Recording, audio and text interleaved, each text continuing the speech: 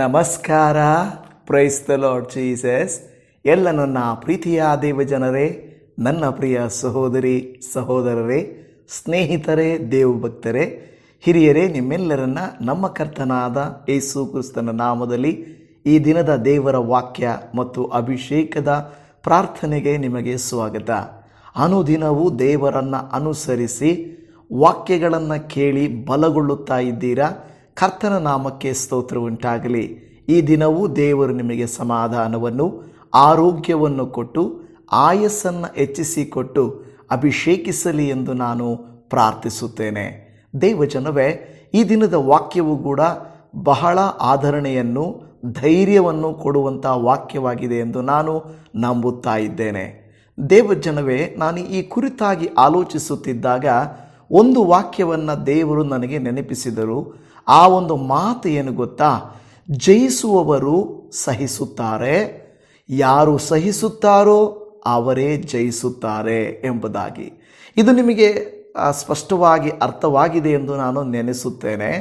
ಯಾರು ಜಯ ಹೊಂದಬೇಕು, ಕುಟುಂಬದಲ್ಲಾಗಲಿ, ವ್ಯಾಪಾರದಲ್ಲಾಗಲಿ, ಕೆಲಸದಲ್ಲಾಗಲಿ, ಸೇವೆಯಲ್ಲಾಗಲಿ ನಾನು ಜಯಿಸಬೇಕು ಎಂದು ಓಡುವವರು, ಅವರು ಬರುವ ನಿಂದೆಗಳನ್ನು, ಎದುರುಗಳನ್ನು, ಸಮಸ್ಯೆಗಳನ್ನು, ಮಾತುಗಳನ್ನು, ನಿಂದನೆಗಳನ್ನು ಎಲ್ಲವನ್ನು ಸಹಿಸುತ್ತಾರೆ. ಆದರೆ ಯಾರು ಜಯಿಸೋದು ಬೇಡ ನನಗೆ ಅಂತ ಹೇಳ್ತಾರೋ ಸಹಿಸಿಕೊಳ್ಳಲ್ಲ. ಇಮಿಡಿಯೇಟಾಗಿ ಕೆಲಸ ಬಿಟ್ಟುಬಿಡ್ತಾರೆ, ಮನೆಯನ್ನು ಬಿಟ್ಟು ಹೊರಟು ಹೋಗ್ತಾರೆ, ವಿರೋಧಗಳನ್ನು ಮಾಡುತ್ತಾರೆ. ಅವರಿಗೆ ಕಷ್ಟ ಅಂದರೆ ಬೇಡ, ಸಮಸ್ಯೆ ಅಂದರೆ ಬೇಡ ಅನ್ನುತ್ತಾರೆ.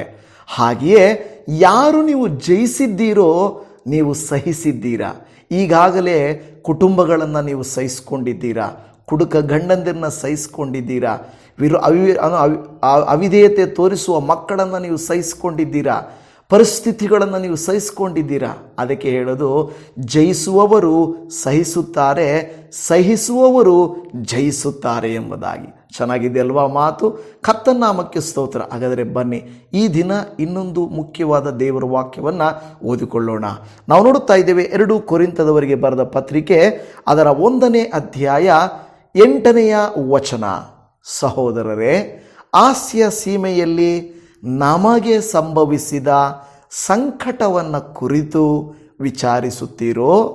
ಅದರಲ್ಲಿ ನಾವು ಬಲವನ್ನು ಮೀರಿದಂಥ ಅತ್ಯಧಿಕವಾದ ಭಾರದಿಂದ ಕುಗ್ಗಿ ಹೋಗಿ ಜೀವ ಉಳಿಯುವ ಮಾರ್ಗವನ್ನು ಕಾಣದವರಾದವೆಂಬುದನ್ನು ನೀವು ತಿಳಿಯಬೇಕೆಂದು ಅಪೇಕ್ಷಿಸುತ್ತೇವೆ. Hallelujah, amen. ನನ್ನ ಪ್ರಿಯ ದೇವಜನವೇ, ಪೌಲ ಭಕ್ತನು ಕೊರಿಂಥ ಸಭೆಯವರಿಗೆ ಹೇಳುತ್ತಿದ್ದಾರೆ, ನಾವು ಎಂಥ ಕಡು ಕಷ್ಟವನ್ನು, ಎಂಥ ಪ್ರಯಾಸವನ್ನು, ಎಂತಹ ನೋವನ್ನು ನಾವು ಅನುಭವಿಸಿದ್ದೀವಿ ಎಂಬುದನ್ನು ನೀವು ತಿಳಿದಿರಬೇಕು ಎಂದು ಹೇಳಿ ಪೌಲನು ಅಪೇಕ್ಷಿಸುತ್ತಾನೆ. ಎಷ್ಟೋ ತಂದೆ ತಾಯಿಗಳು ಮಕ್ಕಳ ಹತ್ರ ಹೇಳುತ್ತಾರೆ, ನಾವು ಎಷ್ಟು ಕಷ್ಟಪಟ್ಟುವಿ ನಿಮಗೆ ಗೊತ್ತಾ? ಊಟಕ್ಕಿಲ್ಲದೆ, ಬಟ್ಟೆ ಇಲ್ಲದೆ, ಮನೆ ಇಲ್ಲದೆ, ನೋಡುವವರಿಲ್ಲದೆ, ನಮ್ಮನ್ನು ಆಧರಿಸುವವರಿಲ್ಲದೆ, ಕಣ್ಣೀರುಗಳಿಂದ, ರೋಗಗಳಿಂದ, ಕಷ್ಟಗಳಿಂದ, ವಿರೋಧಗಳಿಂದ ನಾವು ಹೇಗೆ ಬಂದುವು ನಿಮಗೆ ಗೊತ್ತಾ ಮಕ್ಕಳೇ ಎಂದು ಹೇಳಿ ತಂದೆ ತಾಯಿಗಳು ಮಕ್ಕಳಿಗೆ ಪದೇ ಪದೇ ಹೇಳುತ್ತಿರುತ್ತಾರೆ. ಕಾರಣ, ತಮ್ಮ ಮಕ್ಕಳು ಎಷ್ಟು ಸುರಕ್ಷಿತರು, ಎಷ್ಟು ಸಂತೋಷ ಅನುಭವಿಸುತ್ತಿರುವವರು, ಎಷ್ಟು ಒದಗಿ ಬಂದಿರುವಂಥವರು. ಈ ಕಾಲದಲ್ಲಿ ಊಟಕ್ಕೂ, ಬಟ್ಟೆಗೂ, ಮನೆಗೂ, ವಿದ್ಯಾಭ್ಯಾಸಕ್ಕೂ ಅವರಿಗೆ ಕಷ್ಟ ಗೊತ್ತಾಗುತ್ತಿಲ್ಲ. ಅದರ ನಿಮಿತ್ತವಾಗಿ ತಂದೆ ತಾಯಿಗಳು ನಾವೆಂಥ ಪಾಡುಪಟ್ಟೆವು ಗೊತ್ತಾ, ಎಂಥ ಕಷ್ಟಪಟ್ಟೆವು ಗೊತ್ತಾ ಅಂತ ಹೇಳಿ ಅವರು ಹೇಳಿಕೊಡುತ್ತಾರೆ. ನನ್ನ ಪ್ರಿಯ ದೇವಜನವೇ, ಹೌದಲ್ಲವಾ? ಪೌಲ ಭಕ್ತನು ಹೇಳುತ್ತಿರುವುದು ತನ್ನ ಸ್ವಾರ್ಥಕ್ಕಾಗಿ ಅಲ್ಲ, ತನಗೋಸ್ಕರ ಅಲ್ಲ, ಸೇವೆಗೋಸ್ಕರ ಪಟ್ಟ ಪಾಡು. ಇರಲಿ, ಇಲ್ಲಿ ಹೇಳುತ್ತಾ ಇರುವಂಥದ್ದು ನಮಗೆ ಸಂಭವಿಸಿದ ಸಂಕಟವನ್ನು ಕುರಿತು. ಎಂತಹ ಸಂಕಟ ಬಂತು ಅಂತ ವಿಚಾರಿಸ್ತೀರಾ? ಅಲ್ಲಿ ಹೇಳ್ತದೆ, ನಾವು ಬಲವನ್ನು ಮೀರಿದಂಥ. ನೋಡಿ, ನೀವು ಎಲೆಕ್ಟ್ರಿಸಿಟಿಯನ್ನು ತೆಗೆದುಕೊಂಡ್ರೆ ಮನೆಯಲ್ಲಿ ನೀವು ನೋಡ್ತದೆ ಎಕ್ಸ್ಟೆನ್ಷನ್ ಬೋರ್ಡ್ಸ್ ಎಲ್ಲ ತುಂಬ ಕರೆಂಟ್ ಯೂಸ್ ಮಾಡುವಾಗ ಅಲ್ಲಿ ನಿಮಗೆ ಡಿ ಪಿಗಳಿರ್ತದೆ, ನಿಮಗೆ ಗೊತ್ತಿದೆ ಡಿ ಪಿಗಳು. ಓವರ್ಲೋಡ್ ಆಯ್ತಂದರೆ ಆಟೋಮೆಟಿಕ್ ಆಗಿ ಅವು ಕೆಳಕ್ಕೆ ಬಿದ್ದು ಹೋಗ್ತವೆ. ಅಂದರೆ ಕೆಪ್ಯಾಸಿಟಿ ಮೀರಿದಂಥ ಪವರ್ ಸಹಿಸಲಿಕ್ಕಾಗಲ್ಲ. ಒಂದು ಮಿಷಿನ್ಗಳಷ್ಟೇ, ಯಾವುದೇ ಮಿಷಿನ್ಗಳು, ಯಾವುದೇ ಎಲೆಕ್ಟ್ರಾನಿಕ್ ಐಟಮ್ಸು ಒಂದು ಪವರನ್ನು, ಇಷ್ಟು ಪವರ್ ಬೇಕು ಅಂತಿರುತ್ತೆ. ಜಾಸ್ತಿ ಪವರ್ ಆಗೋದ್ರೆ ಟ್ರಾನ್ಸ್ಫಾರ್ಮರ್ಗಳ ಹತ್ರ ನೀವು ನೋಡ್ರಿ, ಎಲೆಕ್ಟ್ರಿಸಿಟಿ ಬಿಟ್ಟಿರೋ ಟ್ರಾನ್ಸ್ಫಾರ್ಮರ್ಗಳ ಹತ್ರ ಓವರ್ಲೋಡ್ ಕರೆಂಟ್ ಬಂತು ಅಂದರೆ ಅಲ್ಲಿ ಒಂದು ಏನು ಫ್ಯೂಸ್ಗಳು ಹಾಕಿರ್ತಾರೆ, ಅವು ಸುಟ್ಟು ಹೋಗ್ತವೆ. ಕಾರಣ ಓವರ್ಲೋಡ್ ಆಗಲ್ಲ, ಸಹಿಸಲಿಕ್ಕಾಗಲ್ಲ. ಹಾಗಾದರೆ ಮನುಷ್ಯರು ಕೂಡ ಓವರ್ಲೋಡ್ ಆಗಿಬಿಡ್ತಾರೆ, ಸಹಿಸಕ್ಕಾಗಲ್ಲ, ನನ್ನ ಕೈಯಲ್ಲಾಗಲ್ಲ. ಅಂಥ ಟೈಮಲ್ಲೇ ಡೈವರ್ಸ್ಗಳನ್ನು ತೆಗೆದುಕೊಳ್ಳುತ್ತಾರೆ, ಊರುಗಳನ್ನು ಬಿಟ್ಟು ಹೋಗುತ್ತಾರೆ, ಕೆಟ್ಟತನಗಳಿಗೆ ದಾಸರಾಗಿ ಹೋಗಿಬಿಡುತ್ತಾರೆ, ಬೇಡವೇ ಬೇಡ ಈ ಸಂಬಂಧ ಅಂತ ಹೇಳಿ ಬಿಟ್ಟು ಬಿಡುತ್ತಾರೆ. ಅನೇಕ ತಪ್ಪು ತೀರ್ಮಾನಗಳನ್ನು, ಅಂದರೆ ಸೂಸೈಡ್ ಮಾಡಿಕೊಳ್ಳೋದು ಅಲ್ವಾ, ಇದೆಲ್ಲ ತಪ್ಪು. ಡೈವರ್ಸ್ ತಗೊಳ್ಳೋದು, ಸೂಸೈಡ್ ಮಾಡಿಕೊಳ್ಳೋದು, ಇನ್ನೊಬ್ಬರನ್ನ ಕೊಲೆ ಮಾಡುವಂಥದ್ದು, ಇನ್ನೊಬ್ಬರಿಗೆ ಮೋಸ ಮಾಡುವಂಥದ್ದು, ಇದೆಲ್ಲ ತಪ್ಪು. ಯಾಕೆ? ನನ್ನ ಸಾಲ ಪರಿಸ್ಥಿತಿ, ನನ್ನ ಆರ್ಥಿಕ ಸ್ಥಿತಿ, ಅದಕ್ಕೆ ನಾನು ನನ್ನ ಮಕ್ಕಳನ್ನು ಮಾರಿಬಿಟ್ಟೆ, ನಾನು ಸೂಸೈಡ್ ಮಾಡ್ಕೊಂಡ್ಬಿಡ್ತಾ ಇದ್ದೀನಿ, ನನಗೆ ಈ ಪ್ರೆಷರ್, ಈ ಟೆನ್ಷನ್ ನನಗೆ ತಟ್ಕೊಳ್ಳೋಕ್ಕಾಗ್ತಾ ಇಲ್ಲ. ಓವರ್ಲೋಡ್ ಹೆಚ್ಚು. ಅದಕ್ಕೆ ಪೌಲನು ಹಾಗೆ ಹೇಳುತ್ತಾ ಇದ್ದಾನೆ, ಏನಂದರೆ ನಾವು ಬಲವನ್ನು ಮೀರಿದಂಥ, ನಮ್ಮ ಬಲವನ್ನು ಮೀರಿದಂಥ ಅತ್ಯಧಿಕವಾದ ಭಾರ, ಅತ್ಯಧಿಕವಾದಂಥ ಭಾರ. ಓ, ನಿಮಗೆಲ್ಲ ಗೊತ್ತಿದೆ, ಯೇಸು ಸ್ವಾಮಿ, ನಾವು ನೋಡುತ್ತಾ ಇದ್ದೇವೆ ದೇವರ ವಾಕ್ಯದಲ್ಲಿ, ಆತನ ಬೆವರು ರಕ್ತದ ಹನಿಗಳೋಪಾದಿಯಲ್ಲಿ ಕೆಳಗೆ ಬೀಳ್ತಾ ಇತ್ತಂತೆ. ಅಂದರೆ ಅಷ್ಟು ಓವರ್ಲೋಡ್, ಓವರ್ ಪ್ರೆಷರ್. ಏನು, ಯಾವತ್ತೂ ಟೆನ್ಷನ್ ಆಗದೆ ಇರುವಂಥ ಯೇಸು ಸ್ವಾಮಿ ಮೇಲೆ ಆ ಒಂದು ಏನು ತೋಟದಲ್ಲಿ ಅಷ್ಟೊಂದು ಪ್ರೆಷರ್ ಯಾಕೆ? ಎಣ್ಣೆ ಮರದ ಗುಟ್ಟಗಳಲ್ಲಿ ಕೂತುಕೊಂಡು ಪ್ರಾರ್ಥಿಸುವಾಗ, ಯಾಕೆಂದರೆ ಲೋಕದ ಪಾಪಗಳನ್ನೆಲ್ಲ ದೇವರ ವಾಕ್ಯ ಹೇಳುತ್ತದೆ, ಇಗೋ ಲೋಕದ ಪಾಪಗಳನ್ನು ಹೊತ್ತುಕೊಂಡು ಹೋಗುವ ದೇವರ ಕುರಿಮರಿ ಎಂದು ಸ್ಥಾನಿಕನಾದ ಯೋಹಾನನು ಹೇಳಿದ ಹಾಗೆ, ಲೋಕದ ಪಾಪಗಳನ್ನು ಹೊತ್ತುಕೊಳ್ಳುವ ಸಮಯ ಯೇಸು ಸ್ವಾಮಿಗೆ ಬಂದುಬಿಟ್ಟಿತ್ತು.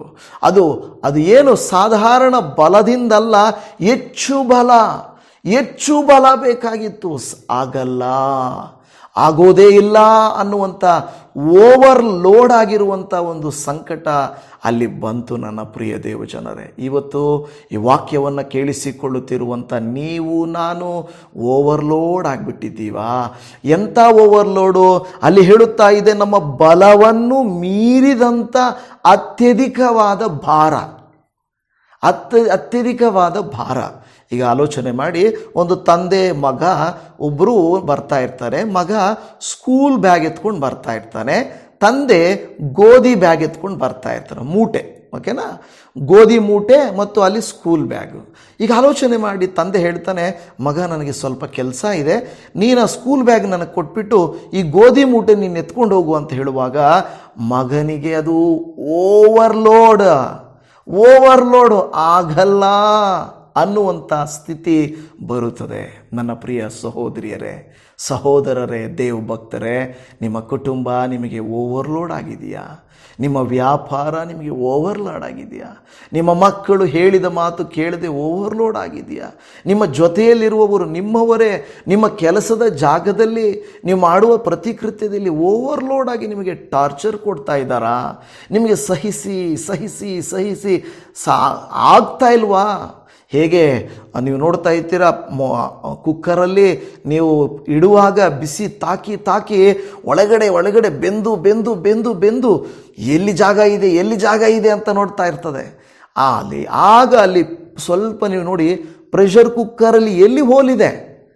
ಏನು ಹೋಲಿದೆಯಾ? ಇಲ್ಲ, ಎಲ್ಲೋ ಸಣ್ಣದಾದಂಥ ರಂಧ್ರ ಇಟ್ಟಿರ್ತಾರೆ, ಅದು ಓವರಾಗಿ ಅಲ್ಲಿ ಗಾಳಿ ಪ್ರೆಷರ್ ಹಾಕಿ ಎತ್ಕೊಳ್ಳೋದು. ಕೆಲವು ಸಾರಿ ಅದಕ್ಕೆ ಇದು ಲೂಸ್ ಆಗೋಗಿ ಅಲ್ಲಿ ಜಾಗ ಇಲ್ಲದೆ ಹೋದರೆ ಅದಕ್ಕೆ ಏನು ಮಾಡಬೇಕು, ಕುಕ್ಕರ್ನ ಎಲ್ಲ ಹೋಲ್ಸು ಕ್ಲೀನ್ ಮಾಡಬೇಕು. ಮೊದಲು ಒಳಗಡೆ ಅಲ್ಲಿ ಇಲ್ಲಿ ಬಿಟ್ಬಿಡಿ, ಆ ಹೋಲ್ ಇರುತ್ತಲ್ಲ ಅಲ್ಲಿ ಸ್ವಲ್ಪ ಅದರ ಪಕ್ಕದಲ್ಲಿ ಒಂದು ರೌಂಡ್ ಇದೆ ನೋಡಿ, ಒಂದು ಏನೋ ನೀವು ಹಾಕುವಂಥ ವಿಸಿಲ್ ಹಾಕುವ ಪಕ್ಕದಲ್ಲಿ ಅದನ್ನೆಲ್ಲ ಕ್ಲೀನ್ ಮಾಡಿಡಬೇಕು. ಇಲ್ಲದೆ ಹೋದರೆ ಬರ್ಸ್ಟ್ ಆಗುವಂಥ ಚಾನ್ಸಸ್ ಇರ್ತದೆ. ಕೆಲವು ಸಾರಿ ನಮ್ಮ ಜೀವಿತ ಕೂಡ ಅದೇ ರೀತಿಯೇ. ಆಗಲ್ಲ ಪ್ರೆಷರ್, ಆಗಲ್ಲ ಓವರ್ಲೋಡ್ ಏನು ಸಿಗ್ನಲ್ ಕೊಟ್ಟಂಗೆ ಓವರ್ಲೋಡ್, ಸಮಸ್ಯೆ ಅಂದ ಹಾಗೆ, ಅಪಾಯ ಅಂದ ಹಾಗೆ ಆ ಬಲವನ್ನು ಮೀರಿದಂಥ ಅತ್ಯಧಿಕವಾದ ಭಾರದಿಂದ ಕುಗ್ಗಿ ಹೋಗಿದ್ದೀರಾ. ನೀವು ನಾನು ಏನು ಮಾಡಬೇಕು? ಕರ್ತನಲ್ಲಿ ಪ್ರೆಷರನ್ನು ಕಡಿಮೆ ಮಾಡಿಕೊಳ್ಳಬೇಕು. ಈಗ ಯೇಸು ಸ್ವಾಮಿಯ ಸ್ಥಿತಿಯನ್ನು ನಾವು ನೋಡೋಣ ಬನ್ನಿ. ಮತ್ತಾಯನು ಬರೆದ ಸುವಾರ್ತೆಯಲ್ಲಿ 26ನೇ ಅಧ್ಯಾಯ 38ನೇ ವಾಕ್ಯದಲ್ಲಿ ನೋಡಿರಿ, ಅವರಿಗೆ ನನ್ನ ಪ್ರಾಣವು ಸಾಯುವಷ್ಟು ದುಃಖಕ್ಕೆ ಒಳಗಾಗಿದೆ, ನೀವು ಇಲ್ಲೇ ಇದ್ದು ನನ್ನ ಸಂಗಡ ಎಚ್ಚರವಾಗಿರ್ರಿ ಎಂದು ಹೇಳಿದನು. ಈಗ ಇಷ್ಟೊಂದು ಪ್ರೆಷರ್, ನನ್ನ ಪ್ರಾಣವು ಸಾಯುವಷ್ಟು ದುಃಖಕ್ಕೆ ಒಳಗಾಗಿದೆ. ಕೆಲವು ನೋವುಗಳು, ಕೆಲವು ಸಂಕಟಗಳು ನಮಗನಿಸುತ್ತೆ, ನನ್ನ ಕತೆ ಮುಗೀತು, ನಾನಿವತ್ತು ಸತ್ತೋಗ್ತೀನಿ, ನನ್ನ ಕೈಯಲ್ಲಿ ಆಗಲ್ಲ. ಹೆರಿಗೆ ನೋವನ್ನು ಅನುಭವಿಸಿದ ತಾಯಿ, ಆ ತಾಯಿಗೆ ಗೊತ್ತು ಅದರ ವೇದನೆ, ಅದರ ಸಂಕಟ. ಇನ್ನು ಅಯ್ಯೋ ಆಗಲ್ಲ, ನನ್ನ ಕತೆ ಮುಗೀತು, ನಾನು ಸಾಯ್ತಾ ಇದ್ದೀನಿ ಅನ್ನೋ ಸ್ಥಿತಿಗೆ ಬಂದಿರಬಹುದು. ನಮಗದು ಗೊತ್ತಿಲ್ಲ, ತಾಯಂದರಿಗೆ ಅದು ಗೊತ್ತು. ಹಾಗೇನೆ ಕೆಲವು ಆಪರೇಷನ್ಗಳು, ಕೆಲವು ಸಂಕಟಗಳು, ಇಲ್ಲ ನನ್ನ ಕೈಯಲ್ಲಿ ಆಗ್ತಾ ಇಲ್ಲ. ಸಾಯುವ ಮುಂಚೆ ಕೆಲವರಿಗೆ ಆಗ್ತಾ ಇಲ್ಲ, ಈ ವೇದನೆ ಬೇಡ, ಸಾಕು, ಸಾವು ಸಾಕಪ್ಪ, ಸತ್ತೋದರೆ ಸಾಕಪ್ಪ ಅನ್ನುವಂಥ ವೇದನೆ ಪಡುವಂಥ ಜೀವಗಳು ಎಷ್ಟೊಂದು ಇರುತ್ತವೆ. ನನ್ನ ಪ್ರಿಯ ದೇವಜನವೇ, ಇವತ್ತು ಈ ವಾಕ್ಯವನ್ನು ಕೇಳುತ್ತಿರುವ ನಿಮ್ಮ ಯಾವುದೇ ಒಂದು ಕಾರ್ಯ ಪ್ರೆಷರಾಗಿ ನಿಮಗೆ ತುಂಬ ನೋವು ಕೊಡ್ತಾ ಇದೆಯಾ, ಸಾಯುವಷ್ಟು ಸಂಕಟವನ್ನು ಕೊಡ್ತಾ ಇದೆಯಾ? ಯೇಸು ಸ್ವಾಮಿಗೂ ಸಾಯುವಷ್ಟು ಸಂಕಟ ಬಂತು, ಪೌಲನಿಗೂ ಸಾಯುವಷ್ಟು ಸಂಕಟ ಬಂತು. ಈಗ ಯೇಸು ಸ್ವಾಮಿ ಸಾಯುವಷ್ಟು ಸಂಕಟ ಬಂದಾಗ ಏನು ಹೇಳ್ತಾ ಇದ್ದಾರೆ ತನ್ನ ಶಿಷ್ಯರ ಹತ್ರ? ನನಗೋಸ್ಕರ ಎಚ್ಚರವಾಗಿತ್ತು, ಪ್ರಾರ್ಥಿಸಿರಿ ಎಂಬುದಾಗಿ. ದೇವಜನವೇ, ಇವತ್ತು ನಾವು ನಿಮಗೋಸ್ಕರ ಯಾಕೆ ಪ್ರಾರ್ಥಿಸಲಿಕ್ಕೆ ಸಿದ್ಧವಾಗಿದ್ದೇವೆ? ಯಾಕೆ 24x7 ಪ್ರೇಯರ್ ಗ್ರೂಪ್ಸ್ ಮಾಡಿದ್ದೇವೆ? ಯಾಕೆ ನಿಮಗೆ ಪ್ರೇಯರ್ ರೂಮ್ಸ್ ಅಂತ ನಾವು ಮಾಡಿದ್ದೇವೆ? ಯಾಕೆ ನಾವು ಪ್ರತಿನಿತ್ಯ ಒಂದೊಂದು ಪ್ರಾರ್ಥನೆಯನ್ನು ಹಾಕುತ್ತೇವೆ? ಸಾಲದ ಕುರಿತು ಪ್ರಾರ್ಥನೆ, ಮನೆಯ ಕುರಿತು ಪ್ರಾರ್ಥನೆ, ಎಷ್ಟೋ ಪ್ರಾರ್ಥನೆಗಳನ್ನು ಹಾಕುತ್ತೇವೆ. ಕೆಲವರಿಗೆ ಹೇಳ್ತಾರೆ ಇದೆಲ್ಲ ಸುಮ್ಮನೆ, ಇವರೇನೋ. ಹೌದಪ್ಪ, ನಿನಗೆ ಸುಮ್ಮನೆ.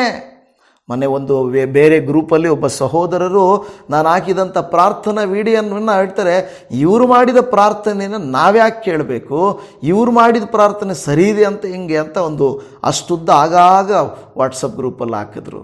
ನಾನು ಅವರಿಗೆ ಮೆಸೇಜ್ ಮಾಡಿದೆ ಪರ್ಸ್ನಲ್ ಆಗಿ, ಅಯ್ಯ ನಿಮಗೇನು ತೊಂದರೆ, ನಿಮಗೆ ಯಾಕೆ ತೊಂದರೆ? ಎಷ್ಟೋ ಜನರು ಆಧರಣೆ ಇಲ್ಲದೆ, ಆಧರಿಸುವವರಿಲ್ಲದೆ, ಅದರ ತಕ್ಕಂತೆ ವಾಕ್ಯ ಹೇಳೋರಿಲ್ಲದೆ ಅವರು ಬಾಧೆ ಪಡ್ತಾ ಇದ್ದಾರೆ. ಅಟ್ಲೀಸ್ಟ್ ಈ ಪ್ರೇಯರ್ಗಳನ್ನು ಕೇಳುವಾಗ, ದೇವರೇ ನಾನು ಪ್ರಾರ್ಥಿಸಿದ್ದೇನೆ, ನೀನು ಉಳಿದಿದ್ದು ನೋಡ್ಕೊಳ್ತೀಯಪ್ಪ, ನೀನಿದ್ದೀಯಾ ದೇವರೇ ಅನ್ನುವಂಥ ಭರವಸೆ ಅವ್ರಿಗೆ ಬರುತ್ತೆ. ನಿಮಗಿಷ್ಟ ಇಲ್ಲ ಅಂದರೆ ನೀವು ನೋಡಬೇಡಿ ಅಂತ ನಾನು ಅವರಿಗೆ ಹೇಳಿದೆ. ಕೆಲವರು ಬ್ಯಾಡ್ ಕಮೆಂಟ್ಸ್ ಆಗ್ತಾ ಇರ್ತಾರೆ. ಎಷ್ಟೋ ಜನರನ್ನು ನಾನು ಬ್ಲಾಕ್ ಮಾಡಿದ್ದೀನಿ, ಯೂಟ್ಯೂಬಲ್ಲಿ ಕಮೆಂಟ್ಸ್ ಮಾಡೋರನ್ನ ತೆಗೆದುಬಿಟ್ಟಿದ್ದೀನಿ. ಅವ್ರ ವಿಡಿಯೋ ನೋಡದೇ ಇದ್ದರೂ ಪರವಾಗಿಲ್ಲ, ನಮಗೆ ಆ ರೀತಿ ಬ್ಯಾಡ್ ಕಮೆಂಟ್ಸ್ ಹಾಕೋದು ಬೇಡ ಎಂಬುದಾಗಿ. ನನ್ನ ಪ್ರಿಯರೇ, ಹೇಳೋದೇನೆಂದರೆ, ತುಂಬ ಸಂಕಟ ಬಂದಾಗ ಎಲ್ಲಿಯಾದರೂ ಕುಕ್ಕರಲ್ಲಿ ಜಾಗ ಇದೆಯಾ ಅಂತ ಹುಡುಕಾಡುವಂತೆ, ಎಲ್ಲಿ ನಮಗೆ ಸಮಾಧಾನ ಸಿಗುತ್ತದೋ, ಎಲ್ಲಿ ನನಗೆ ಇದಕ್ಕೆ ಪರಿಷ್ಕಾರ ಸಿಗುತ್ತದೆ ಅಂತ ಜನರು ಹುಡುಕಾಡ್ತಾ ಇದ್ದಾರೆ. ಧರ್ಮಗಳಲ್ಲಿ, ದೇವರುಗಳಲ್ಲಿ, ಸ್ಥಳಗಳಲ್ಲಿ, ಪುಣ್ಯಕ್ಷೇತ್ರಗಳಲ್ಲಿ ಹುಡುಕಾಡ್ತಾ ಇದ್ದಾರೆ, ಎಲ್ಲಿ ನನಗೆ ಸಂಕಟ ತೀರುತ್ತೆ. ಅನೇಕರು ಇದನ್ನೇ ಉಪಯೋಗ ಮಾಡಿಕೊಂಡು ದಾರಿ ತಪ್ಪಿಸ್ತಾರೆ. ಆದರೆ ಯೇಸು ಸ್ವಾಮಿ ಹೇಳಿದರು, ನಿನ್ನ ಪ್ರೆಷರ್, ನಿನ್ನ ಈ ಸಂಕಟ ಹೋಗಬೇಕಾ? ಸ್ವಾಮಿಯ ಬಳಿಯಲ್ಲಿ ಕುಳಿತುಕೋ, ಪ್ರಾರ್ಥನೆ ಮಾಡು. ದೇವರೇ ನನ್ನನ್ನು ಕನಿಕರಿಸಯ್ಯ, ನನ್ನ ಈ ಸ್ಥಿತಿಯನ್ನು ಮಾರ್ಪಡಿಸ. ಯೇಸು ಸ್ವಾಮಿ ಶಿಷ್ಯರಿಗೆ ಹೇಳಿದ, ನನ್ನ ಪ್ರಾಣವು ಏನಾಗೋದು, ಸಾಯುವಷ್ಟು ದುಃಖಕ್ಕೆ ಒಳಗಾಗಿದೆ, ನೀವು ಇಲ್ಲೇ ಇದ್ದು ನನ್ನ ಸಂಗಡ ಎಚ್ಚರವಾಗಿರ್ರಿ. ಇನ್ನೊಂದು ಅರ್ಥದಲ್ಲಿ, ಇನ್ನೊಂದು ಭಾಗದಲ್ಲಿ ನೋಡ್ತೇವೆ, ನನಗೋಸ್ಕರ ಪ್ರಾರ್ಥನೆ ಮಾಡಿರಿ. ಯೇಸು ಸ್ವಾಮಿ ಯೇಸು ಸ್ವಾಮಿಗೆ ನಾವ್ಯಾಕೆ ಪ್ರಾರ್ಥನೆ ಮಾಡಬೇಕು? ದೇವಜನವೇ, ಅದರ ಅರ್ಥ ನಮಗೆ ಅದು ಹೇಳ್ತಾ ಇರೋದು, ಬಲಹೀನರಾಗುವವರಿಗೆ ಪ್ರಾರ್ಥಿಸುವಾಗ ಬಲವನ್ನು ಹೊಂದಿಕೊಳ್ಳುತ್ತಾರೆ. ನೀವೆಷ್ಟೋ ಸಾರಿ ಪ್ರಾರ್ಥನೆಗಳಲ್ಲಿ ಬಲ ಹೊಂದಿದ್ದೀರಾ, ಆಧರಣೆ ಹೊಂದಿದ್ದೀರಾ. ಪ್ರಾರ್ಥಿಸುವಾಗ ಒಂದು ಸಮಾಧಾನ, ಒಂದು ನಿರೀಕ್ಷೆ. ಹೇಳ್ತಾರೆ, ಪಾಸ್ಟ್ರೇ ನೀವು ಅವತ್ತು ಮಾತಾಡಿಲ್ಲ ಅಂದರೆ, ಅವತ್ತು ನೀವು ಪ್ರಾರ್ಥನೆ ಮಾಡಿಲ್ಲ ಅಂದರೆ, ನಾನು ಅವತ್ತೇನೋ ಒಂದು ತೀರ್ಮಾನ ಮಾಡಿಕೊಂಡಿದ್ದೆ, ಏನೋ ಒಂದು ಅಂದ್ಕೊಂಡ್ಬಿಟ್ಟಿದ್ದೆ, ಆದರೆ ನೀವು ಹೇಳಿದ ಮೇಲೆ ಸಹಿಸ್ಕೊಂಡೆ. ಆದರೆ ಇವತ್ತು ನನ್ನ ಗಂಡ ಬದಲಾಗಿದ್ದಾರೆ, ನನ್ನ ಮಕ್ಕಳು ಸೆಟ್ಲ್ ಆಗಿದ್ದಾರೆ, ನನಗೆ ಜಾಬ್ ಸಿಕ್ಕಿದೆ, ನನ್ನ ಮೇಲೆ ಹಾಕಿದ ನಿಂದೆ ಹೋಗಿದೆ, ಈಗೋ ನನಗಿದ್ದ ರೋಗ ಕಡಿಮೆ ಆಗಿದೆ.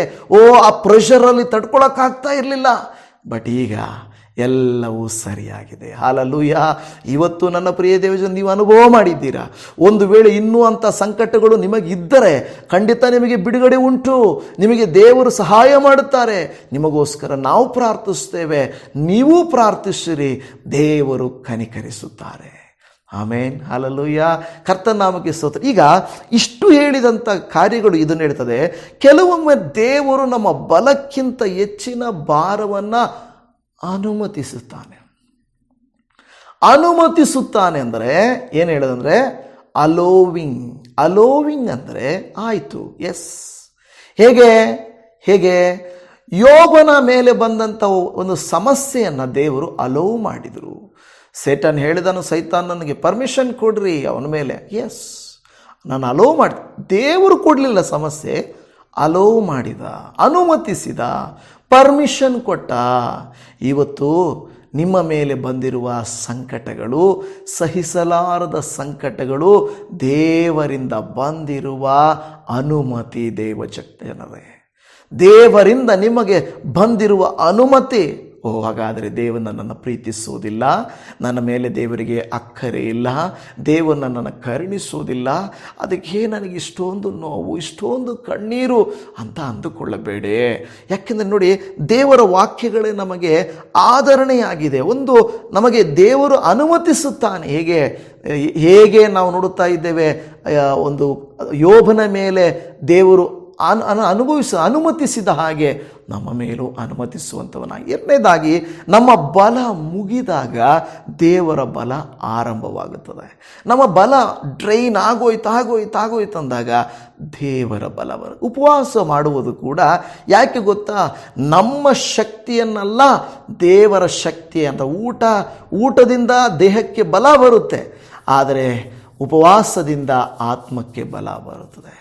ಉಪವಾಸ ಮಾಡಿದರೇನೇ ಅಂತ ನಾನು ಹೇಳ್ತಾ ಇಲ್ಲ, ಆದರೆ ಅದನ್ನು ಮಾಡಿದವರು ಅನುಭವಿಸಿದ್ದಾರೆ. ಕೆಲವರಿಗೆ ಅಸಾಧ್ಯ, ಅದು ಪರವಾಗಿಲ್ಲ, ದೇವರು ನೋಡಿಕೊಳ್ತಾರೆ. ಇಲ್ಲಿ ನಾವು ನೋಡುವಾಗ 2 ಕೊರಿಂಥ 12:9 ಅದಕ್ಕಾತನು 12:9 ನನ್ನ ಕೃಪೆಯೇ ನಿನಗೆ ಸಾಕು, ಬಲಹೀನತೆಯಲ್ಲಿಯೇ ಬಲವು ಪೂರ್ಣ ಸಾಧಕವಾಗುತ್ತದೆ ಎಂದು ನನಗೆ ಹೇಳಿದ್ದಾನೆ. ಹೀಗಿರಲಾಗಿ ಕ್ರಿಸ್ತನ ಬಲವು ನನ್ನಲ್ಲಿ ನೆಲೆಸಿಕೊಂಡಿರಬೇಕೆಂದು ನನಗುಂಟಾಗುವ ನಿರ್ಬಲಾವಸ್ಥೆಗಳ ವಿಷಯದಲ್ಲಿಯೇ ಬಹು ಸಂತೋಷವಾಗಿ ಹೆಚ್ಚಳ ಪಡುವೆನು. ಯಾವಾಗ ನನ್ನ ಬಲ ಮುಗಿತು ಅಂತದೋ ಕ್ರಿಸ್ತನ ಬಲವು ನನ್ನಲ್ಲಿ ನೆಲೆಸಿಕೊಂಡಿರಬೇಕೆಂದು. ಕ್ರಿಸ್ತನ ಬಲ, the power of god in human life. ನಿಮ್ಮ ದೇವರ ಬಲ ಮಾನವನ ಜೀವಿತದಲ್ಲಿ, ನಿಮ್ಮ ಜೀವಿತದಲ್ಲಿ ದೇವರು, ದೇವರಿಗೆ ಸ್ತೋತ್ರ. ಕಡು ಕಷ್ಟಗಳನ್ನು ಅನುಭವಿಸಿ ಬಲರಹಿತರಾಗಿದ್ದೀರಾ, ನನ್ನಿಂದಾಗದು ಅಂತ ಇದ್ದೀರಾ, ನಿಮಗೇ ಈ ವಿಡಿಯೋ ದೇವರು ಹೇಳ್ತಾ ಇದ್ದಾರೆ. ಯಾಕೆಂದರೆ ಪೌಲನು ಹೇಳಿದ ಹಾಗೆ, ಯೇಸು ಸ್ವಾಮಿ ತಾನೇ ಹೇಳಿದ ಹಾಗೆ, ಸಾಯುವ ಸ್ಥಿತಿಯ ಸಂಕಟ ನನಗೆ ಬಂದಿದೆ ಅಂತ ಹೇಳುವಾಗ ಅದು ಸುಲಭವಲ್ಲ ದೇವ ಮಕ್ಕಳೇ, ಸುಲಭ ಅಲ್ಲ. ಆದರೆ ದೇವರು ಸಹಾಯ ಮಾಡ್ತಾರೆ. ದೇವರು ನಿಮಗೂ ನನಗೆ ಸಹಾಯ ಮಾಡ್ತಾನೆ. ನಾನು ಹೇಳ್ತದೆ, ಬಲಹೀನತೆಯಲ್ಲಿಯೇ ಕ್ರಿಸ್ತನ ಬಲವು ನನ್ನಲ್ಲಿ ನೆಲೆಸಿಕೊಂಡಿರಬೇಕು. ದೇವರ ಬಲ ನಮ್ಮಲ್ಲಿ ನೆಲೆಸಿಕೊಂಡಿರಬೇಕು ಎಂದು ಪೌಲನು ಹೇಳುತ್ತಾ ಇದ್ದಾನೆ. ಭಾರ ಅನ್ನೋದು, ಈ ಸಂಕಟ ಅನ್ನೋದು ನಮ್ಮನ್ನು ಮುರಿಲಿಕ್ಕಲ್ಲ, ದೇವರ ಹತ್ತಿರಕ್ಕೆ ನಮ್ಮನ್ನು ತರುವುದಕ್ಕಾಗಿ. ದೇವರು ಅನುಮತಿಸಿದ ಅನುಮತಿ ತನ್ನ ಮಗನು ತನ್ನ ಮಗಳು ಎಷ್ಟರ ಮಟ್ಟಿಗೆ ತನ್ನಲ್ಲಿದ್ದಾರಂತಾದರೆ ಅನೇಕರು ಹಿಂಜರಿದು ಹೋಗಿಬಿಡುತ್ತಾರೆ. ಎಷ್ಟೋ ಜನರು ಬ್ಯಾಕ್ ಸ್ಲೈಡ್ ಆಗಿ ಹೊರಟೋಗ್ಬಿಟ್ಟಿದ್ದಾರೆ. ನಿಮ್ಮ ಚರ್ಚ್ಗಳಲ್ಲಿ, ನಿಮ್ಮ ಸಮಾಜದಲ್ಲಿ, ನಿಮಗೆ ಸಂಬಂಧಿಕರಲ್ಲಿ ಎಷ್ಟು ಜನರು ದೇವರು ನಂಬ್ತೀನಿ ಅಂತ ಬಂದವರು ಇವತ್ತು ನಂಬಲ್ಲ ಅಂತ ದೂರ ಹೋಗಿರೋದಕ್ಕೆ ಕಾರಣ ಏನು ಗೊತ್ತಾ? ಅಯ್ಯೋಯ್ಯೋ, ಈ ಸಂಕಟ ಸಹಿಸಲಿಕ್ಕೆ ನನ್ನಿಂದ ಆಗೋದಿಲ್ಲ. ದೇವರು ಪರೀಕ್ಷಿಸಿ ನೋಡ್ತಾರೆ. ಅದಕ್ಕೆ ಕೆಲವರು ಹೇಳ್ತಾರಲ್ಲ, ದೇವರು ಕೊಟ್ಟು ನೋಡ್ತಾರೆ, ಕಿತ್ತು ನೋಡ್ತಾರೆ ಅಂತೆ. ಕೊಟ್ಟು ನೋಡ್ತಾರೆ, ಕಿತ್ತು ನೋಡ್ತಾರೆ. ಕೊಡುವಾಗ ನಾವು ದೇವರು ಕೊಟ್ಟರು, ಕಿತ್ಕೊಳ್ಳುವಾಗ ಅಯ್ಯೋ ದೇವರು ಕೊಟ್ಟಿಲ್ಲ ಅಂತ ಬಿಟ್ಟು ಹೋಗಿಬಿಡ್ತಾರೆ. ಆದರೆ ನಾವು ಕೊಟ್ಟಾಗ ಕರ್ತನನ್ನು ಸ್ತುತಿಸುವುದು, ಕಿತ್ತುಕೊಂಡಾಗ ಕರ್ತನನ್ನು ದೂಷಿಸುವುದಲ್ಲ. ಯೋಬನ ಹಾಗೆ ಎಲ್ಲ ಮಹಿಮೆ ಆತನಿಗೆ, ಆತನೇ ಸರ್ವಕ್ಕೂ ಮೂಲನು, ಆತನನ್ನು ಬಿಟ್ಟು ಬೇರೇನೂ ಇಲ್ಲ ಎಂದು ಹೇಳುವವರಾಗಿರಬೇಕು. ಇಲ್ಲಿ ಭಾರ ನಮ್ಮನ್ನು ಬಲವಾಗಿ ಕುಗ್ಗಿಸಿದಾಗ ನಾವು ದೇವರ ಹತ್ತಿರಕ್ಕೆ ಬರುತ್ತೇವೆ. ಕೀರ್ತನೆಗಳ ಗ್ರಂಥದಲ್ಲಿ 34:18-19 ಮುರಿದ ಮನಸ್ಸುಳ್ಳವರಿಗೆ ಯೆಹೋವನು ನೆರವಾಗುತ್ತಾನೆ, ಕುಗ್ಗಿ ಹೋದವರನ್ನು ಉದ್ಧಾರ ಮಾಡುತ್ತಾನೆ. ನೀತಿವಂತನಿಗೆ ಸಂಭವಿಸುವ ಕಷ್ಟಗಳು ಅನೇಕವಿದ್ದರೂ ಯೆಹೋವನು ಅವೆಲ್ಲವುಗಳಿಂದ ಅವನನ್ನು ಬಿಡಿಸುತ್ತಾನೆ. ನೋಡಿ, ಇಲ್ಲಿ ಸಾಯುವಷ್ಟು ಸಾವಲ್ಲ, ಸಾಯುವಷ್ಟು ಮುಕ್ತಾಯ ಬಲ ಮುಗಿದೋಗಿತು ಆಯ್ತಾ, ಮುಗಿಯುವಷ್ಟು ಕೊನೆ ಚಾನ್ಸ್, ಅಷ್ಟರ ಮಟ್ಟಿಗೆ ನೋವು ಬಂದಾಗ ನಾವು ಕರ್ತನನ್ನು, ಸೃಷ್ಟಿಕರ್ತನನ್ನು, ದೇವರನ್ನು ಬಿಟ್ಟು ಹೋಗುವುದಲ್ಲ, ಬದಲಾಗಿ ಕರ್ತನನ್ನು ಆಶ್ರಯಿಸುವವರಾಗಿರಬೇಕು. ಇವತ್ತು ವಾಕ್ಯವನ್ನು ಕೇಳುತ್ತಿರುವ ದೇವ ಸಹೋದರಿ, ದೇವಭಕ್ತರೇ, ನೀವು ನಾವೆಲ್ಲರೂ ಕರ್ತನಲ್ಲಿ ಬಲಗೊಂಡವರು. ಕರ್ತನು ನಮಗೆ ಆಶ್ರಯವು. ನಮ್ಮ ಬಲಹೀನತೆಯಲ್ಲಿ, ನೋವಿನಲ್ಲಿ, ಬೇಡವೇ ಬೇಡ ಅನ್ನುವ ಸ್ಥಿತಿಯಲ್ಲಿ ಕರ್ತನು ನಮಗೆ ವಿಶೇಷ ಬಲವನ್ನು ಆತನು ಕೊಡುತ್ತಾನೆ. ಕುಗ್ಗಿ ಹೋಗಬೇಡ್ರಿ, ದುಃಖಿಸಬೇಡಿರಿ, ಆತನು ನಿಮ್ಮನ್ನು ಕಾಯುವಂಥ ಕರ್ತನಾಗಿದ್ದಾನೆ. ಇನ್ನೊಂದು ಕಾರ್ಯ, ದೇವರು ನಮ್ಮನ್ನು ನಿರಾಶೆಯಿಂದ ನಿರೀಕ್ಷೆಯ ಕಡೆಗೆ ನಡೆಸ್ತಾನೆ. ಆತನೇನು ಮಾಡ್ತಾ ಇದ್ದಾನೆ? ನಿರಾಸೆಯ ಕಡೆಯಿಂದ ನಿರೀಕ್ಷೆ. ಹೌದು, ಇಲ್ಲಿ ನಿರಾಸೆ, ಆದರೆ ದೇವರೊಂದು ನಿರೀಕ್ಷೆಯನ್ನು ಕೊಡ್ತಾ ಇದ್ದಾರೆ. ಈ ಸಮಸ್ಯೆಗಳಿಗೆ ಒಂದು ಪರಿಷ್ಕಾರ ಇದೆ, ಮುಕ್ತಾಯ ಇದೆ. ಈ ಸಂಕಟಗಳಿಗೆ ಒಂದು ಮುಕ್ತಾಯ ಇದೆ. ಈ ವಾಕ್ಯವನ್ನು ನೋಡ್ರಿ, 2 ಕೊರಿಂಥ ಮೂಲ ವಾಕ್ಯ 1ನೇ ಅಧ್ಯಾಯ 9 ಮುಂದೆ, ಮರಣವಾಗುತ್ತದೆಂಬ ನಿಶ್ಚಯವು ನಮ್ಮೊಳಗೆ ಉಂಟಾಯಿತು. ನಾವು ನಮ್ಮ ಮೇಲೆ ಭರವಸೆ ಇಟ್ಟುಕೊಳ್ಳದೆ ಸತ್ತವರನ್ನು ಎಬ್ಬಿಸುವ ದೇವರ ಮೇಲೆಯೇ ಭರವಸವಿಡುವವರಾಗಬೇಕೆಂದು ಹೀಗಾಯಿತು. ಮೊದಲು ಅವ್ರಿಗೇನನ್ನಿಸ್ತಂತೆ, ಮರಣವಾಗುತ್ತದೆಂಬ ನಿಶ್ಚಯವು ನಮ್ಮೊಳಗುಂಟಾಯಿತು. ಸಾಯ್ತೀವಿ, ಎಸ್, ಖಂಡಿತ ಸಾಯ್ತೀವಿ. ಆದರೆ ನಾವು ನಮ್ಮ ಮೇಲೆ ಭರವಸೆ ಇಟ್ಟುಕೊಳ್ಳದೆ ಸತ್ತವರನ್ನು ಎಬ್ಬಿಸುವ ದೇವರ ಮೇಲೆಯೇ ಭರವಸೆ ಇಡಬೇಕಂತ ಇದೆಲ್ಲ ನಡೀತು ಅಂತ ಹೇಳ್ತಾನೆ. ಈ ಮಾತು ಅದೇನು ಹೇಳ್ತಾರಲ್ಲ, ಅದೆಲ್ಲ ಮುಗಿಯೋ ಟೈಮಲ್ಲಿ ಏನಕ್ಕೆ ಬೇಕು ಅಲ್ವಾ, ಮೊದಲೇ ನಮಗೆ ಸಹಾಯ ಬೇಕು ಅಂತ ಅಂದ್ಕೊಳ್ತೇವೆ. ಆದರೆ ಮುಂದಿನ ವಾಕ್ಯ 10ನೇ ವಾಕ್ಯವನ್ನು ನೋಡ್ರಿ, ಆತನು ನಮ್ಮನ್ನು ಎಂಥ ಭಯಂಕರ ಮರಣದಿಂದ ತಪ್ಪಿಸಿದನು, ಎಂಥ ಭಯಂಕರ ಮರಣದಿಂದ ತಪ್ಪಿಸಿದನು, ಮುಂದೆಯೂ ತಪ್ಪಿಸುವನು. ನಿಮ್ಮ ಲೈಫಲ್ಲಿ ದೇವರು ಏನೂ ತಪ್ಪಿಸಿಲ್ವಾ, ಏನೂ ಒದಗಿಸಿಲ್ವಾ, ಏನೂ ಕೊಟ್ಟಿಲ್ವಾ, ಕಾಪಾಡಿಲ್ವಾ, ಆಶೀರ್ವದಿಸಿಲ್ವಾ, ಒದಗಿಸಿಲ್ವಾ? ಮಾಡಿದ್ದಾರೆ ತಾನೆ. ಹಾಗಾದರೆ ನಿಮ್ಮ ನಂಬಿಕೆ ಏನು? ದೇವರು ಒಂದು ಸಾರಿ ಒದಗಿಸಿದ್ದಾರೆ ಅಂತ ಹೇಳಿದರೆ ಮತ್ತೆಯೂ ಆತನು ಒದಗಿಸಲಿಕ್ಕೆ ಶಕ್ತನಾಗಿದ್ದಾನೆ. ಹಲ್ಲೆಲೂಯಾ. ಮತ್ತೆ ನಮ್ಮನ್ನು ಆತನು ನಡೆಸಲಿಕ್ಕೆ ಶಕ್ತನಾಗಿದ್ದಾನೆ. ಕರ್ತನ ನಾಮಕ್ಕೆ ಸ್ತೋತ್ರ ಉಂಟಾಗಲಿ. ಯಾಕೆಂದರೆ ಆತನಲ್ಲಿ ಹೇಳ್ತದೆ, ಆತನು ನಮ್ಮನ್ನು ಎಂಥ ಭಯಂಕರ ಮರಣದಿಂದ ತಪ್ಪಿಸಿದನು, ಮುಂದೆಯೂ ತಪ್ಪಿಸುವನು. ನೀವು ನಮಗೋಸ್ಕರ ಪ್ರಾರ್ಥನೆ ಮಾಡುವವರಾಗಿ ಸಹಕಾರಿಗಳಾಗಿರುವುದರಿಂದ ಆತನು ಇನ್ನು ಮೇಲೆಯೂ ತಪ್ಪಿಸುವನೆಂದು ಆತನಲ್ಲಿ ನಿರೀಕ್ಷೆ ಇಟ್ಟವರಾಗಿದ್ದೇವೆ. ನೋಡ್ರಿ, ಯೇಸು ಸ್ವಾಮಿನೇ ಹೇಳಿದ್ದು ನನಗೋಸ್ಕರ ಪ್ರಾರ್ಥಿಸಿರಿ ಎಂಬುದಾಗಿ. ಪೌಲನು ಕೂಡ ಹೇಳ್ತಾ ಇದ್ದಾನೆ, ನೀವು ನಮಗೋಸ್ಕರ ಪ್ರಾರ್ಥಿಸುವುದರಿಂದ ದೇವರು ನಮ್ಮನ್ನು ತಪ್ಪಿಸಿದ್ದಾರೆ. ಎಷ್ಟೋ ತಂದೆ ತಾಯಿಗಳ ಬಯಕೆ, ಹಿರಿಯರ ಬಯಕೆ, ದೇವರೇ ಅವ್ರನ್ನ ಕಾಪಾಡಪ್ಪ, ಇವ್ರನ್ನ ಆಶೀರ್ವದಿಸಪ್ಪ. ಲೋಕದಲ್ಲಿ ಎಷ್ಟೋ ಸಭೆಗಳು, ಎಷ್ಟೋ ಪಾಸ್ಟರ್ಗಳು, ಎಷ್ಟೋ ವಿಶ್ವಾಸಿಗಳು ಪ್ರಾರ್ಥಿಸುತ್ತಲೇ ಇದ್ದಾರೆ. ಮೋಶೆ ಲೋಟನ ಕುಟುಂಬಕ್ಕಾಗಿ ಪ್ರಾರ್ಥಿಸಿದಂತೆ ನಮಗಾಗಿ ಪ್ರಾರ್ಥಿಸುವವರಿದ್ದಾರೆ, ಒಳ್ಳೆಯದನ್ನು ಬಯಸುವಂಥವರಿದ್ದಾರೆ. ನನ್ನ ಪ್ರಿಯ ದೇವಜನವೇ, ಪ್ರಿಯ ಸಹೋದರಿ ಸಹೋದರರೇ, ನಿಜವಾಗಿಯೂ ಇಂಥ ಕಡು ಕಷ್ಟಗಳು ಬಂದಾಗ ನಮಗೆ ಮೊದಲು ಬೇಕಾಗಿರುವುದು ಪ್ರಾರ್ಥನಾ ಶಕ್ತಿ. ಪ್ರಾರ್ಥನಾ ಶಕ್ತಿ. ಅದರಿಂದ ಆಸ್ಪತ್ರೆಗಳಲ್ಲಿರುವವರಿಗಾಗಿ ಪ್ರಾರ್ಥಿಸಿರಿ, ಮಾನಸಿಕವಾಗಿ ಖಿನ್ನತೆಗೆ ಒಳಗಾದವರಿಗಾಗಿ ಪ್ರಾರ್ಥಿಸಿರಿ. ಬಹಳ ಆಗುವುದಿಲ್ಲ ನನ್ನ ಜೀವನ ಅಂತ ಬಿಟ್ಟು ಹೋಗಿ ಇಬ್ಬಾಗವಾಗಿರುವ ಅನೇಕ ಸಾರಿ ಹೆಂಡತಿ ಬಿಟ್ಟು ಹೋದರೆ, ಗಂಡ ಕೆಟ್ಟವನಾದರೆ ಅಯ್ಯಯ್ಯೋ ಅವ್ರ ಕುಟುಂಬ ನೋಡಪ್ಪ ಅನ್ನೋದು ನಾವು ಅನ್ನಬಾರ್ದು.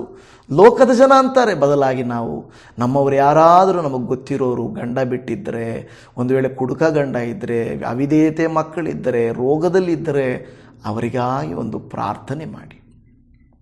ನಾವೇನು ಹಣ ಕೊಡೋಕ್ಕಾಗದೇ ಹೋದರೂ ಕೂಡ ಅವರಿಗೆ ಒಂದು ಪ್ರಾರ್ಥನೆ ಮಾಡಿ, ದೇವರೇ ಹಾಗಿದ್ದಾರಂತೆ, ಅವರನ್ನು ಕನಿಕರಿಸಯ್ಯ, ಅವರನ್ನು ಆ ಸ್ಥಿತಿಯಿಂದ ಮೇಲಕ್ಕೆ ಎಬ್ಬಿಸಯ್ಯ ಎಂದು ನೀವು ಪ್ರಾರ್ಥಿಸಿದರೆ ದೇವರು ನೀತಿವಂತನ ಪ್ರಾರ್ಥನೆಯನ್ನು ಕೇಳಿ, ನೀತಿವಂತನ ಅತ್ಯಾಸಕ್ತಿಯುಳ್ಳ ಪ್ರಾರ್ಥನೆಯು ಬಹುದೊಡ್ಡ ಬಲವಾಗಿದೆ ಎಂದು ಹೇಳಿದ ಹಾಗೆ ನಿಮ್ಮ ಪ್ರಾರ್ಥನೆಗಳ ಮೂಲಕ ಸಭೆಯನ್ನು, ಸಮಾಜವನ್ನು, ಕಷ್ಟದಲ್ಲಿ, ರೋಗದಲ್ಲಿ, ಕಷ್ಟಗಳಲ್ಲಿರುವಂಥವರನ್ನು ಕರ್ತನು ಕರುಣಿಸಿ ಆರೋಗ್ಯವನ್ನು ದಯಪಾಲಿಸಿ ಕೊಡುವಂಥವನು ಆಗಿದ್ದಾನೆ. ಹಾಗಾದರೆ ನಾವು ಕಣ್ಣುಗಳನ್ನು ಮುಚ್ಚೋಣ, ನಾವು ಹೇಳೋಣಪ್ಪ ದೇವರೇ, ಭಯಂಕರವಾದ ಸ್ಥಿತಿಗಳು ಬಂದಾಗ, ಸಹಿಸಲಿಕ್ಕೆ ಅಸಾಧ್ಯವಾದಂಥ ಕಾರ್ಯಗಳು ಬಂದಾಗ, ಇಗೋ ಕರ್ತನೆ ನಿನ್ನ ಕೃಪೆಗಾಗಿ ಬೇಡುತ್ತೇವೆ, ನಿನ್ನ ದಯೆಗಾಗಿ ಬೇಡುತ್ತೇವೆ, ನಿನ್ನ ಆಶೀರ್ವಾದಕ್ಕಾಗಿ ಅಂಗಲಾಚುತ್ತೇವೆ. ಇನ್ನು ನನ್ನಿಂದ ಆಗದು ಎನ್ನುವಂಥ ಪರಿಸ್ಥಿತಿಗಳು ಎಷ್ಟೋ ಜನಕ್ಕಿದಪ್ಪ. ಸಾಲಗಳ ಸುಳಿಯಲ್ಲಿ ಮುಳುಗುವಾಗ ಉಸಿರು ಕಟ್ಟಿದ ಸ್ಥಿತಿಯಲ್ಲಿ, ದಾರಿ ಕಾಣದೆ, ಯಾರು ಸಹಾಯ ಮಾಡದೆ, ಕೊಟ್ಟವರು ಬಿಡದೆ ನಮ್ಮನ್ನು ಖಿನ್ನತೆಗೆ ಒಳಪಡಿಸುವಾಗಲೂ, ಶರೀರ ರೋಗದಿಂದ ನಮ್ಮನ್ನು ನೋಯಿಸುತ್ತಾ ಚುಚ್ಚುತ್ತಾ, ಎಷ್ಟು ಮಾತ್ರೆ ಮದ್ದು ತಿಂದರೂ, ಎಷ್ಟು ಡಾಕ್ಟರ್ಗಳನ್ನು ನೋಡಿದರೂ ಬಿಡುಗಡೆ ಇಲ್ಲದೆ ಇದ್ದರೂ ಅಂಥದನ್ನು ನೆನೆಸಿ ಪ್ರಾರ್ಥಿಸ್ತೇವೆ ಅಪ್ಪ. ಎಷ್ಟೋ ಕುಟುಂಬಗಳಲ್ಲಿ ಪ್ರತಿನಿತ್ಯ ಕಿರಿಕಿರಿ, ಸಮಾಧಾನವೇ ಇಲ್ಲ, ಶಾಂತಿಯೇ ಇಲ್ಲ, ರಾತ್ರಿ ಹಗಲುಗಳು ವೇದನೆ, ಅಪಾದೇವರೇ ಸಂಕಟ. ಓ ಕರ್ತನೆ, ಯಾವಾಗಲೂ ಕರ್ತನೆ ಕಿರಿಕಿರಿಗಳು ಮಾಡುತ್ತಾ ಇರುವಂಥ ಕುಟುಂಬಗಳಿಗಾಗಿ ಪ್ರಾರ್ಥಿಸ್ತೇವೆ. ಸಮಾಧಾನ ದಯಪಾಲಿಸಯ್ಯ. ಎಷ್ಟೋ ಜನರು ಯವ್ವನಸ್ಥರು ಕರ್ತನೆ ಸೋಲುಗಳಿಂದ, ಫೇಲ್ ಆಗಿರೋದರಿಂದ, ಜಾಬ್ ಸಿಗದೇ ಇರೋದರಿಂದ, ಮದುವೆ ಆಗಿಲ್ಲ ಅಂತ, ಮೋಸ ಆಯಿತು ಅಂತ, ದೇವರೇ ಏನೇನೋ ಕಾರ್ಯಗಳ ನಿಮಿತ್ತವಾಗಿ ಕುಗ್ಗಿ ಹೋಗಿ ಸೂಸೈಡ್ ಮಾಡಿಕೊಳ್ತಾರೆ. ಅಂಥವರಿಗಾಗಿ ನಾವು ಅಂಥ ಸೂಸೈಡ್ ಭಾವನೆ ಬರುವಂಥ ವ್ಯಕ್ತಿಗಳಿಗಾಗಿ ಪ್ರಾರ್ಥಿಸ್ತೇವೆ. ಯೇಸು ನಾಮದಲ್ಲಿ ಎಲ್ಲ ಭಾವನೆಗಳನ್ನು ತೆಗೆದು ಬಿಡಿರಿ ಅಂತ ಬೇಡಿಕೊಳ್ಳುತ್ತಾ ಇದ್ದೇವೆ. ಪರಲೋಕದ ಅರಸನೇ ನಿನಗೆ ಸ್ತೋತ್ರ, ಕೃಪಾಪೂರ್ಣನಾದ ದೇವಾದಿ ದೇವನೇ ನಿನಗೆ ಸ್ತೋತ್ರ, ಆಶ್ಚರ್ಯಕರನಾದ ದೇವರೇ ನಿನಗೆ ಸ್ತೋತ್ರ, ಅತಿಶಯವಾದ ಕಾರ್ಯಗಳನ್ನು ಮಾಡುವಾತನೇ ನಿನಗೆ ಸ್ತೋತ್ರ. ಈ ದಿನ ಯಾರೆಲ್ಲ ಓ ಕರ್ತನೆ ವಾಕ್ಯ ಹೇಳಿದ ಪ್ರಕಾರವಾಗಿ ಬಲವನ್ನು ಮೀರಿದಂಥ ಭಾರದಿಂದ ಕುಗ್ಗಿ ಹೋಗಿದ್ದಾರೋ ಅವರ ಜೀವಗಳಿಗೆ ಹೊಸ ಚೈತನ್ಯವನ್ನು ಕೊಡಪ್ಪ, ಎದುರಿಸುವ ಶಕ್ತಿಯನ್ನು ಕೊಡಪ್ಪ, ಓ ಜಯಿಸುವ ಶಕ್ತಿಯನ್ನು ಕೊಡಪ್ಪ. ಎಲ್ಲ ಸಮಸ್ಯೆಗಳಿಂದ ಬಿಡುಗಡೆ ಹೊಂದುವುದಕ್ಕಾಗಿ ಓ ಇವರು ಎಲ್ಲಿ ನಿಂತು ಪ್ರಾರ್ಥಿಸ್ತಾ ಇದ್ದಾರೋ, ಎಲ್ಲಿ ಕೂತು ಪ್ರಾರ್ಥಿಸ್ತಾ ಇದ್ದಾರೋ, ಇವರ ಶರೀರಗಳಿಗೆ, ಇವರ ಮನೆಯವರ ಶರೀರಗಳಿಗೆ ಬಲ ಉಂಟಾಗಲಿ, ಆರೋಗ್ಯ ಉಂಟಾಗಲಿ, ಸಮಾಧಾನ ಉಂಟಾಗಲಿ, ಧೈರ್ಯ ಉಂಟಾಗಲಿ. ಓ ಕರ್ತನೇ ಯೇಸುವೇ ಸ್ತೋತ್ರ. ಓ ನಿನ್ನನ್ನು ಬೇಡುವಾಗ ನೀನು ಕೊಡುವ ಕರ್ತನು, ಆದರಿಸುವ ದೇವರು, ಸಂತೈಸುವ ದೇವರು, ಕನಿಕರಿಸುವ ದೇವರು, ಕೃಪೆ ತೋರಿಸುವ ದೇವರು. ಅದಕ್ಕಾಗಿ ನಿಮಗೆ ಕೋಟ್ಯಾನುಕೋಟಿ ವಂದನೆಗಳು, ಸ್ತುತಿ ಸ್ತೋತ್ರಗಳನ್ನು ಸಮರ್ಪಿಸ್ತಾ ಇದ್ದೇವೆ. ಓ ಕರ್ತನೇ ನಿನಗೆ ವಂದನೆ, ಸರ್ವಸ್ತುತಿ ಘನಮಾನ ಮಹಿಮೆಗಳು ನಿನಗೆ ಸಲ್ಲಿಸುತ್ತಾ, ಯಾರೆಲ್ಲ ನಿನ್ನ ಪಾದದ ಅಡಿಯಲ್ಲಿ ಬಂದು ನಿನ್ನನ್ನು ಮೊರೆ ಇಡುತ್ತಿದ್ದಾರೋ, ಏನೇ ಸಂಕಟಗಳು, ಸಾಲಗಳು, ಅಪದೇವರ ಸಮಸ್ಯೆಗಳು, ನೋವುಗಳು, ಅಸಂತೃಪ್ತಿಗಳು ಅವರ ಜೀವಿತದಲ್ಲಿ ಕಾಡುತ್ತಿದ್ದರೂ ಕೂಡ ಯೇಸುವಿನ ನಾಮದಲ್ಲಿ ಎಲ್ಲವೂ ಲಯವಾಗಲಿ. ಎದುರಿಸುವ, ಜಯಿಸುವ, ಬಿಡುಗಡೆ ಹೊಂದುವ ಶಕ್ತಿಯನ್ನು ಇವರಿಗೆ ನೀವು ಅನುಗ್ರಹಿಸಿ ಕೊಡಬೇಕೆಂಬುದಾಗಿ ಪ್ರಾರ್ಥನೆ ಕೇಳಿದ ಕರ್ತರೇ, ನಿನಗೆ ಕೋಟ್ಯಾನುಕೋಟಿ ವಂದನೆಗಳು. ಸರ್ವಸ್ತುತಿ, ಘನ, ಮಾನ, ಮಹಿಮೆಗಳು ನಿಮಗೆ ಮಾತ್ರ ಸಮರ್ಪಿಸುತ್ತಾ ನಮ್ಮ ರಕ್ಷಕನಾದ ಯೇಸುವಿನ ಮಧುರ ನಾಮದಲ್ಲಿ ಬೇಡಿದ್ದೇವೆ ತಂದೆಯೇ. ಆಮೇನ್, ಆಮೇನ್, ಆಮೇನ್. ನನ್ನ ಪ್ರಿಯ ದೇವಜನರೇ, ನಿಮ್ಮೆಲ್ಲರಿಗೂ ನಮ್ಮ ರಕ್ಷಕನಾದ ಯೇಸು ಕ್ರಿಸ್ತನ ಪ್ರೀತಿಯುಳ್ಳ ಮಧುರ ನಾಮದಲ್ಲಿ ವಂದನೆಗಳು. ಕರ್ತನು ತಾನೇ ನಿಮ್ಮನ್ನು ಬಿಡಿಸಲಿ, ಜಯಿಸುವಂತೆ ಮಾಡಲಿ, ಎಲ್ಲವನ್ನು ನಿಭಾಯಿಸಲಿ. ನಿಮ್ಮೆಲ್ಲರಿಗೂ ಶಲೋಮ್. Praise the lord Jesus. God bless you. Amen.